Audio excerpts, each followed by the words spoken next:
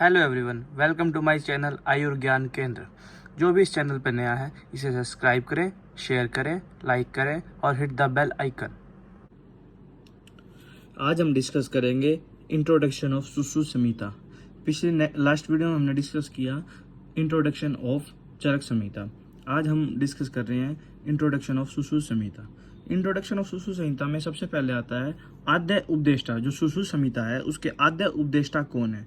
उसके आद्य उपदेष्टा है आचार्य धन्वंतरी। धन्वंतरी का जो काल रहा है 1000 से 1500 BC ईसा पूर्व, 1000 से 1500 ईसा पूर्व, जो आद्य उपदेष्टा हैं सुश्रुत संहिता के। उसके बाद आता है तंत्रकर्ता। सुश्रुत संहिता के जो तंत्रकर्ता हैं वो है वृद्ध सुश्रुत। वृद्ध सुश्रुत, खाली सुश्रुत नहीं, वृद्ध सुश्रुत। वृद्ध सुश्रुत जो काल रहा है वो है 1000 से 1500 BC ईसा पूर्व, 1000 से 1500 ईसा पूर्व। उसके बाद आता है प्रतिसंस्कर्ता। सुश्रुत संहिता के जो प्रतिसंस्कर्ता हैं वो है आचार्य सुश्रुत। आचार्य सुश्रुत का जो काल है 2nd से 3rd सेंचुरी एडी, एनो डोमिनी 200 से 300 एडी। प्रतिसंस्कर्ता हैं जो सुश्रुत संहिता के वो है आचार्य सुश्रुत। उसके बाद आता है पुनः प्रतिसंस्कर्ता। अपन ने चरक संहिता के अंदर पढ़ा था, जो चरक संहिता के प्रतिसंस्कर्ता थे आचार्य चरक, और तंत्रकर्ता थे अग्निवेश।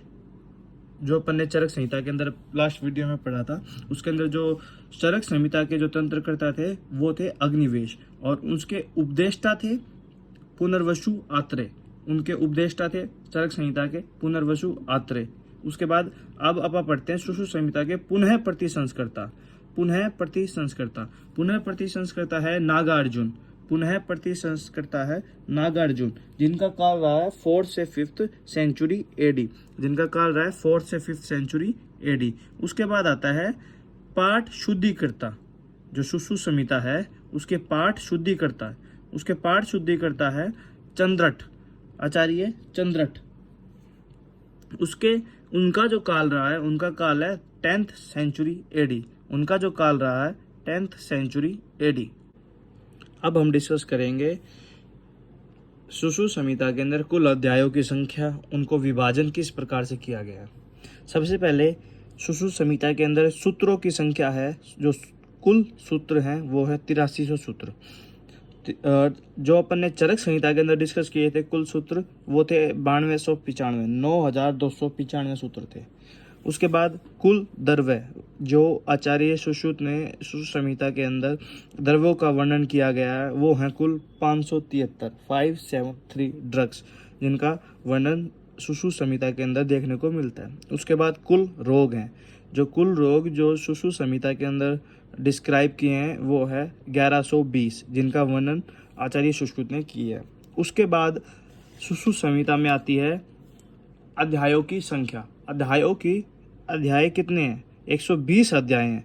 सुश्रुत संहिता के अंदर कुल अध्यायों की संख्या है 120, जिनको 5 स्थानों में विभाजित किया गया है।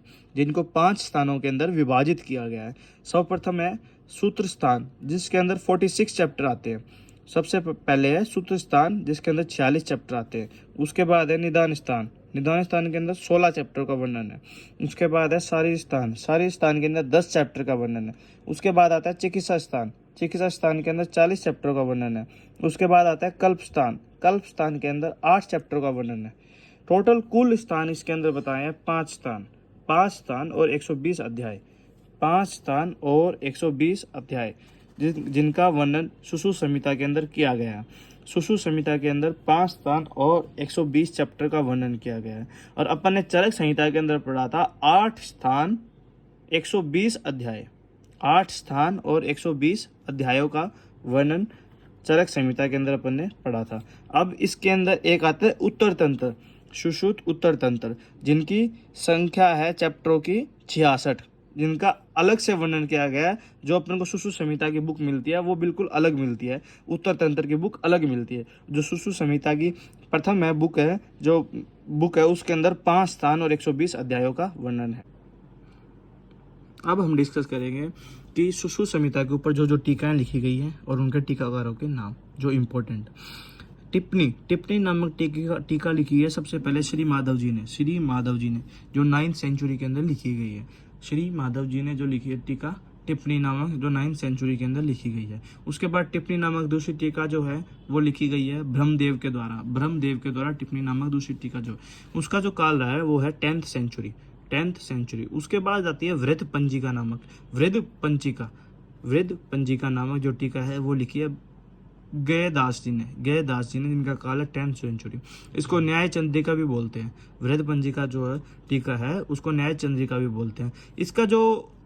इस टीका को सिर्फ निदान स्थान पर ही लिखा गया है, जो निदान स्थान के ऊपर ही लिखी गई है एकमात्र टीका है कि सिर्फ ये निदान स्थान पर ही लिखी गई है, जो है वृद्ध पंजिका नामक टीका। उसके बाद आती है, ये इंपॉर्टेंट है, कई बार क्वेश्चन पूछ लेते हैं, वृद्ध पंजिका नामक टीका किसके द्वारा लिखी गई है? आचार्य गयदास जी द्वारा। उनका जो काल है 10th सेंचुरी। न्याय चंद्रिका भी इसको ना बोल। दूसरा है भानुमति टीका भानुमति, चौथी नंबर की जो टीका है वो है चक्रपाणि दत्त के द्वारा लिखी गई है। चक्रपाणि दत्त के द्वारा अपने लास्ट वीडियो में डिस्कस किया था आयुर्वेद दीपिका नामक टीका जो लिखी गई थी चक्रपाणि दत्त के द्वारा लिखी गई थी, वो चरक संहिता के ऊपर टीका थी। और जो ये भानुमति टीका है ये है सुश्रुत संहिता के ऊपर टीका, और ये सिर्फ सूत्र स्थान पर ही मिलती है। जो सूत्र स्थान पर लिखी गई है ये टीका सुश्रुत संहिता की सूत्र स्थान पर ही लिखी जाने वाली टीका है भानुमति टीका, जो चक्रपाणि दत्त ने 11th सेंचुरी में लिखी थी। उसका काल था 11th सेंचुरी, उसका भी, और इसका भी काल है 11th सेंचुरी। तो उसके अंदर जो चरक संहिता के अंदर जो टीका थी वो थी आयुर्वेद दीपिका नामक टीका। लास्ट वीडियो में डिस्कस किया था आयुर्वेद दीपिका नामक टीका। और जो सुश्रुत संहिता के ऊपर लिखी गई है वो टीका है चक्रपाणि दत्त ने लिखी है, जो भानुमति टीका। उसके बाद 5वीं नंबर की टीका आती है पंजिका नामक टीका, जो भास्कर जी ने लिखी है, जिनका काल है 12th सेंचुरी, 12वीं शताब्दी, 12th सेंचुरी। उसके बाद आती है निबंध संग्रह लिखी है आचार्य ढलन ने, ये भी 12th सेंचुरी के अंदर लिखी गई है, निबंध संग्रह आचार्य ढलन ने। इसके जो आचार्य ढलन का जो निवास स्थान बताया है कि कहाँ के रहने वाले थे, वो थे मथुरा नगरी के समीप अंकोला नामक गाँव के ये रहने वाले थे। मथुरा नगरी के समीप अंकोला नामक गाँव के ये रहने वाले थे आचार्य ढलन। उसके बाद था सुश्रुतार्थ संदीपनी, इंपॉर्टेंट है, भी कोई बार पूछ लेते हैं। हारण चंद्र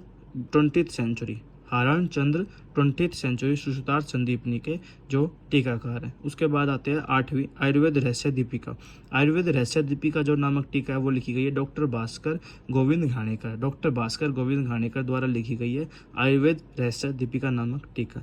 अब एक जो आचार्य है आचार्य जेजट, इन्होंने तीनों के ऊपर टीका लिखी है, चरक, सुश्रुत और वांगभट, तीनों के ऊपर जो टीका लिखने वाले एकमात्र जो आचार्य है वो है आचार्य जेजट। इन्होंने तीनों संहिता के ऊपर टीकाएं लिखी गई है अपनी, जो आचार्य जेजट द्वारा।